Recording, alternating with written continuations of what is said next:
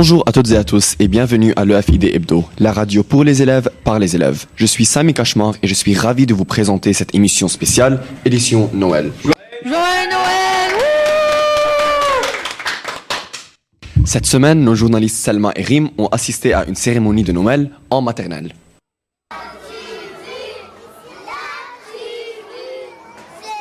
Alors, nous sommes aujourd'hui avec le Père Noël. Comment vous sentez-vous en étant en Arabie Saoudite? C'est un peu chaud quand même, en Arabie. J'ai pas ramené mes reines, puisqu'ils n'aiment pas le chaleur. Et Sabine. Qu'est-ce que tu as commandé pour le Père Noël? La cuisine. Le Ariel.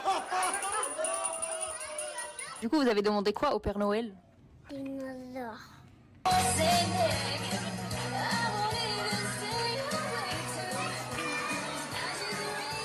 Tu as commandé quoi pour Noël? Patrouille. C'est une semaine très chargée à l'EFID et dans le monde entier. Pour cela, Sarah nous présente un petit flash info. Parcoursup ouvre aujourd'hui ses portes. La plateforme de préinscription en première année de l'enseignement supérieur en France présente cette année une variété de nouveaux changements pour les lycéens qui pourront créer leur profil dès la seconde, afin que les inscrits puissent s'informer sur le contenu, les frais de scolarité et même le profil des candidats admis l'année dernière. L'idée est d'avoir une meilleure idée de quelle spécialité prendre ou garder et construire leur projet d'orientation le plus tôt possible. C'est ce qu'a annoncé la ministre de l'Enseignement supérieur Sylvie Retailleau le 17 décembre dans le GDD. En France, le projet de loi immigration a été adopté mardi soir par les députés avec 349 voix pour et 186 contre. Le texte immigration est voté définitivement. C'est félicité illico le ministre de l'Intérieur Gérald Darmanin sur X. Allons combat pour mieux intégrer les étrangers et expulser ceux qui commettent des actes de délinquance. Un texte fort et ferme, sans les voix des députés RN. Little Asia, la nouvelle ville asiatique de Jeddah, est le centre d'intérêt de centaines avec 8 zones dédiées chacune à un pays asiatique et également un zoo couvert avec un Comic-Con. Vous pouvez sauter du Japon à la Chine et de la Corée du Sud à la Malaisie en un clin d'œil. Visitez saudievents.sa pour réserver vos tickets. Manchester City remporte hier soir la demi-finale de la Coupe du Monde des clubs de la FIFA contre l'équipe japonaise les Urawa Red Diamonds lors d'une victoire absolue 3-0 au stade King Abdullah Sports City à Jeddah pour réserver une place définitive à la finale contre l'équipe brésilienne de Fluminense. Vous écoutez EFID Hebdo, nous sommes le mercredi 20 décembre 2023. Continuons sur une note sportive. Notre journaliste Iman reçoit aujourd'hui le nageur Yassine Jbira de seconde, champion des Saudi Games.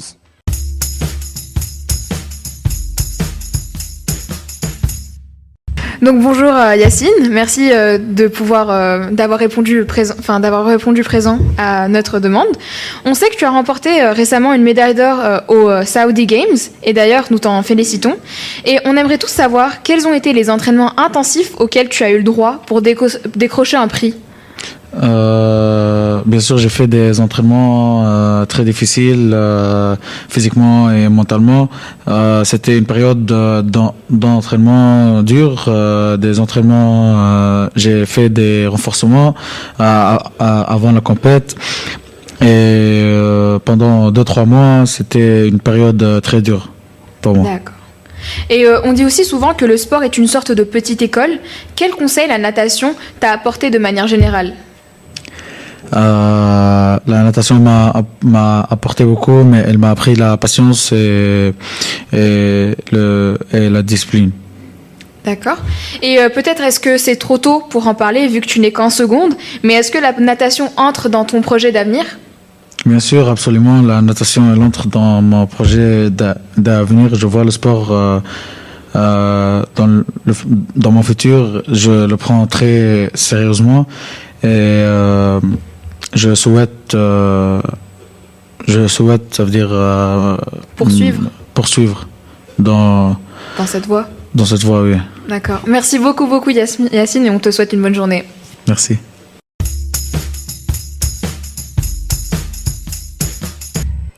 Le 18 décembre, l'EFID a célébré la journée internationale de la langue arabe. Iyad nous présente les origines de cet événement et son importance. Bonjour Iyad. Bonjour Sami. Peux-tu élaborer sur cette journée internationale ? Oui, bien sûr, la journée de la langue arabe elle est célébrée chaque année le 18 décembre et cette date elle a été choisie pour commémorer l'adoption de l'arabe en tant que 6e langue officielle des Nations Unies en 1973. Et c'est quoi le but de cette journée ? Du coup, cette journée, elle vise à promouvoir la diversité linguistique et culturelle arabe, puisque l'arabe, c'est l'une des rares langues qui s'écrit de droite à gauche. C'est aussi une langue qui est très riche, puisque qui est riche non seulement dans son écriture, puisqu'on a un art de l'écriture arabe qu'on appelle la calligraphie, et aussi chaque pays en fait parle un dialecte différent arabe. On a 25 pays qui ont adopté l'arabe comme langue officielle, et on a aujourd'hui dans le monde plus de 274 personnes qui parlent arabe, et c'est aussi en fait la langue du Coran qui est le livre saint de l'islam. Du coup, célébrer cette journée, c'est très important parce que c'est célébrer une culture, c'est célébrer toute une communauté arabe qui est présente là depuis des centaines d'années. D'accord, merci beaucoup. 21 élèves, une seule mission. L'école internationale de Jeddah vous présente pour la première fois une émission radio hebdomadaire divertissante pour les élèves et par les élèves. Retrouvez-la maintenant sur la chaîne YouTube de l'école française internationale de Jeddah. Maintenant, clôturons cette émission avec Grim qui nous parlera de l'exposition internationale des livres. Alors, l'exposition internationale des livres s'appelle en fait le Jeddah Book Fair, qui est un événement culturel majeur qui se tient à Jeddah. Il offre une plateforme dynamique pour les amateurs de livres, les écrivains et aussi les éditeurs du monde entier. Cet événement met en avant une variété de genres littéraires, favorisant ainsi l'échange des idées et la promotion de la lecture, avec des expositions, des séminaires et des rencontres avec des auteurs renommés. Le Jeddah Book Fair contribue à enrichir la scène culturelle locale et à encourager la diversité littéraire pour les jeunes et pour toute la population. C'est l'un des nombreux facteurs qui vont aider le pays à aller un pas vers l'avant, vers l'ouverture socio-culturelle. Et il y a même eu une section pour les bouquins français et un auteur de renommée, Olivier Ronin, qui a participé à cet événement. Merci Anoud, Rim, Sarah, Salma, Iyad, Iman et Yassine. Et nous aimerions remercier M. Brican et M. Sergent qui nous encadrent et mènent à bien notre émission. Et bonnes vacances de Noël. Bonnes vacances. Bonnes vacances.